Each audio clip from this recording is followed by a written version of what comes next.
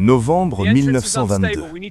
Dans la vallée des rois, un homme trouve une porte cachée depuis plus de 3000 ans. Howard Carter vient de découvrir quelque chose qui va changer l'histoire. Derrière cette porte se trouve le tombeau de Toutankhamon. Et au fond de ce tombeau repose un trésor qui va couper le souffle au monde entier. Un masque en or massif, 11 kilos d'or pur. Le visage d'un roi mort à 19 ans. L'Égypte ancienne, une terre de pharaons et de dieux.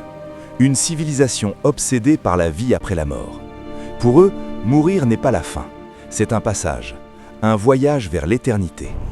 Et ce masque n'est pas qu'un simple objet, c'est un passeport pour l'au-delà.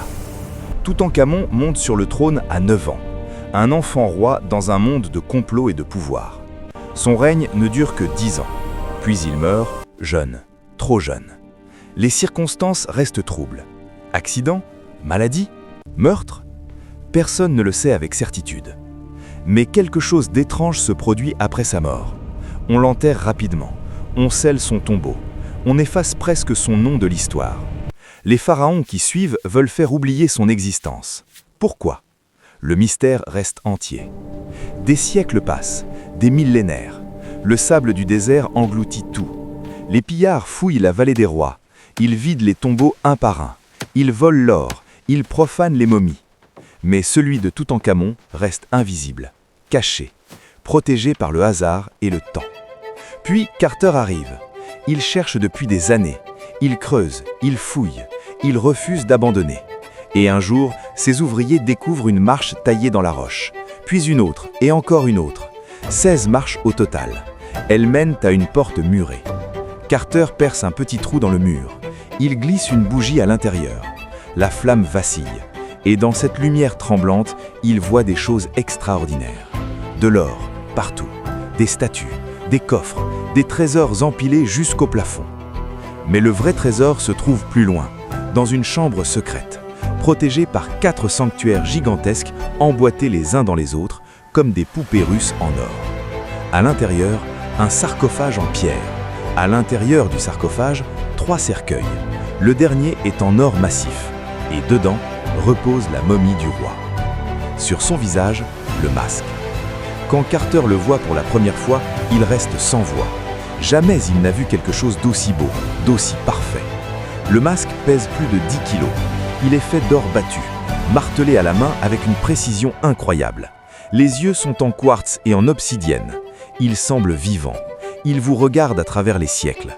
Le visage est jeune, serein, idéalisé. Ce n'est pas vraiment le visage de Toutankhamon, c'est le visage d'un dieu. Car dans la mort, le pharaon devient divin. Il rejoint Osiris, il devient immortel. Le masque porte une barbe postiche, symbole royal. Sur le front, 2 animaux sacrés, le vautour et le cobra, protecteurs de la Haute et de la Basse Égypte, les gardiens éternels du royaume. Mais ce masque cache des secrets, des détails troublants que les experts découvrent petit à petit. D'abord, les oreilles. Elles sont percées, chose étrange pour un pharaon adulte. Les trous de boucles d'oreilles étaient réservés aux enfants et aux femmes. Pourquoi un roi en aurait-il?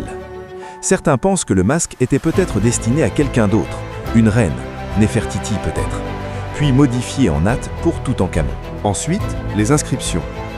Au dos du masque, des formules magiques, des textes sacrés gravés dans l'or. Ils sont censés guider l'âme du roi dans l'au-delà. Mais en y regardant de plus près, on remarque quelque chose. Certains cartouches ont été retravaillés, grattés, modifiés, comme si on avait changé le nom du propriétaire original.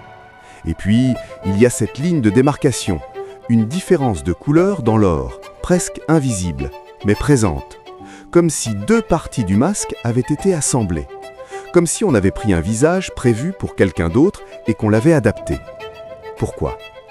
La théorie la plus probable est simple et troublante. Toutankhamon meurt jeune, trop jeune. Son tombeau n'est pas prêt. Son équipement funéraire non plus. Alors, on récupère ce qu'on peut. On réutilise des objets prévus pour d'autres. On grave son nom à la hâte. On l'enterre rapidement. Mais cela soulève une question encore plus grande. Si ce masque n'était pas fait pour lui, pour qui était-il? Et pourquoi était-on si pressé de faire disparaître ce jeune roi? Les théories s'accumulent. Certains parlent de trahison, d'autres de maladie soudaine. Les examens modernes de sa momie révèlent des fractures, une jambe cassée, des infections, peut-être la malaria, mais rien de définitif. Ce qui est certain, c'est que Toutankhamon n'était pas un grand pharaon. Il n'a pas conquis de terre, il n'a pas construit de temples monumentaux. Son règne fut court et sans éclat. L'histoire aurait dû l'oublier. Mais le destin en a décidé autrement. Son tombeau, petit et modeste comparé à ceux des grands pharaons, a échappé aux pillards. Il est resté intact. Et quand Carter l'a ouvert, il a révélé au monde la splendeur de l'Égypte ancienne. Plus de 5000 objets, un trésor inestimable. Et au centre de tout, ce masque. Aujourd'hui, il repose au musée du Caire, derrière une vitre blindée.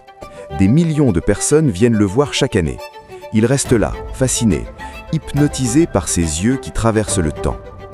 Le masque n'a pas bougé, il n'a pas changé, mais notre regard sur lui évolue. Chaque nouvelle technologie révèle de nouveaux secrets. Des scanners détectent des réparations anciennes, des analyses chimiques dévoilent l'origine de l'or, des études aux rayons X montrent des modifications cachées. Et plus on découvre, plus le mystère s'épaissit.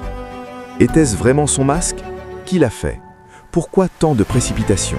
Et surtout, que s'est-il vraiment passé il y a plus de 3000 ans dans les couloirs du pouvoir égyptien? Nous ne le saurons peut-être jamais complètement. Les secrets de Toutankhamon sont enterrés aussi profondément que son tombeau l'était. Mais ce masque continue de parler. Il raconte une histoire de mort et d'immortalité, de pouvoir et de fragilité, d'un garçon devenu roi, d'un roi devenu Dieu.